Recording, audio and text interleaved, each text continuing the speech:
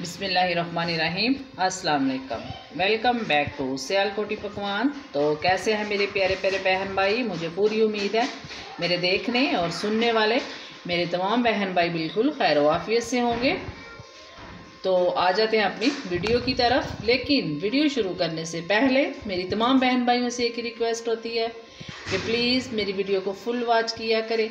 आप मेरी वीडियो देखते हैं, कमेंट भी करते हैं और फ्रेंड्स एंड फैमिली के साथ शेयर भी करते हैं। इसके लिए आप लोगों का बहुत बहुत शुक्रिया। तो रेसिपी में मैं ये आलू बुखारा और खजूर की चटनी लेकर आई हूँ। तो इन दोनों चीज़ों को मैंने रात भर भिगो के रखा हुआ था। ये देखिए, ये मुकम्मल तौर पे जो है ये गल चुकी हैं, ये खजूरें भी। तो इसके अलावा इनमें जो इंग्रेडिएंट्स जाएंगे, ये मैंने शक्कर ली है, इसकी जगह आप गुड़ भी डाल सकते हैं 2 टेबल स्पून, और चीनी भी मैंने तकरीबन 2 टेबल स्पून ली है। उसके अलावा ये ज़ीरा पाउडर लिया है, इसको मैंने हल्का सा भून के तो पीस लिया तकरीबन ½ टी स्पून। नमक भी मैंने ½ टी स्पून लिए। उसके अलावा ये मैंने दाढ़ा मिर्च ली है तकरीबन 1 टीस्पून। इसमें ये वाली मिर्चें ज़्यादा अच्छी लगती हैं। तो आइए अब इसको तैयार करते हैं। अब जो खजूरें हैं और आलू बुखारा है उनको इस तरह स्ट्रेनर में डाल के तो अच्छी तरह से इनका पल्प निकाल लेंगे। इनकी मैंने गुठलियाँ वगैरह निकाल के तो फिर इनको ये देखिए खोल के इस तरह, तो ये देखिए इस तरह फिर भिगोया था। ये देखिए कितनी अच्छी तरह से ये गल गई हुई है। काफ़ी देर इसको भिगोना है, तकरीबन 10-12 घंटे तक मैंने इनको भिगोया। ये देखिए इस तरह अच्छी तरह से इसको मैश करेंगे, साथ साथ ऊपर पानी डालते जाएंगे और ये ऐसे मैश करते जाएंगे। ये देखिए ये अच्छी तरह से मैंने इसका पल्प निकाल लिया है। ये खजूरों का अब सिर्फ छिलका बचा है। ये देखिए अब मैं इसको ज़ाया कर दूंगी। तो फिर इसको आलू बुखारे को इसको बिल्कुल इसी तरह ही पानी डाल के तो इसका पल्प निकाल लेंगे। अब देखिए इसी तरह मैंने आलू बुखारे को भी पानी डाल के तो इसका सारा पल्प जो है ये निकाल लिया। ये देखिए ये सिर्फ गुठलियाँ और इसके अंदर जो बारीक बारीक रेशे होते हैं वो ही है, बाकी सारा पल्प जो है ये निकल गया। अब इसको हम फेंक देंगे और इससे हम चटनी बनाएंगे। तो आइए अब इससे अगला प्रोसेस करते हैं। ये फ्लेम ऑन कर लिया मैंने, कढ़ाई चूल्हे पे चढ़ा दी है। अब ये वाला पल्प जो है ये मैं इसमें डाल दूंगी और इसको पकाएंगे।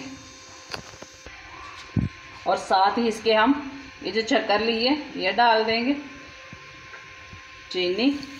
इमली आलू बुखारे की तो हर कोई बनाता है, इसकी बना के देखिएगा, बहुत मज़ेदार बनती है। इसको पकौड़ों समोसों के साथ, कचौरियों के साथ खाएं, चना चाट के ऊपर डाल के, वैसे रोटी के साथ सालन के साथ रखी हो, बड़ी मज़े की लगती है। इसको ज़रूर ट्राई करना है आप लोगों ने और मुझे कमेंट बॉक्स में बताना है कि मेरी ये वाली रेसिपी आप लोगों को कैसी लगी। अब ये जो नमक है ये भी डाल देंगे, ये ज़ीरे का पाउडर और ये जो दड़ा मिर्च है ये डाल देंगे। अब इसको गाढ़ा होने तक पकाएंगे।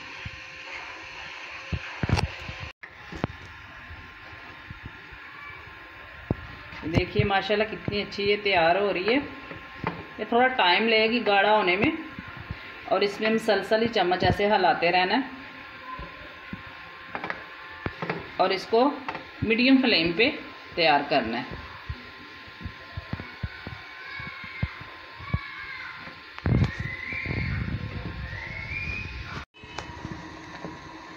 ये देखिए ये गाढ़ी होना शुरू हो गई है, तकरीबन 10 मिनट लगे हैं।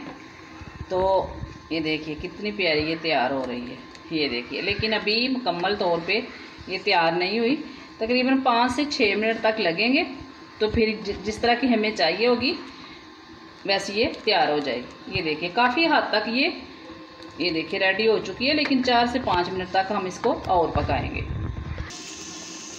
ये देखिए कितनी प्यारी ये गाढ़ी हो चुकी है।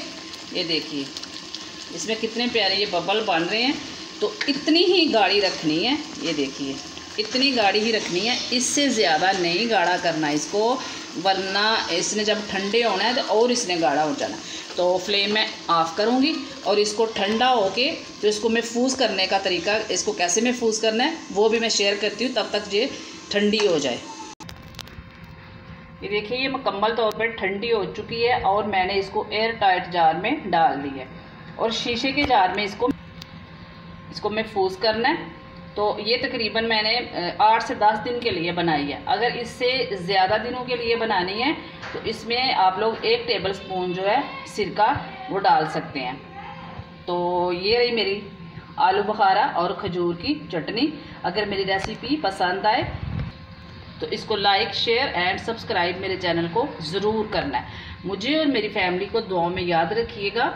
याद रखिए, जो दूसरों को अपनी दुआओं में, अपनी खुशियों में शामिल करता है ना, तो लाजमी खुशियाँ जो हैं उसके कदम, कामयाबियाँ उसके कदम ज़रूर चूमती हैं। इसके साथ ही मुझे दीजिए इजाज़त। दुआओं में मुझे बहुत सारा याद रखना है। ओके, अल्लाह हाफ़िज़।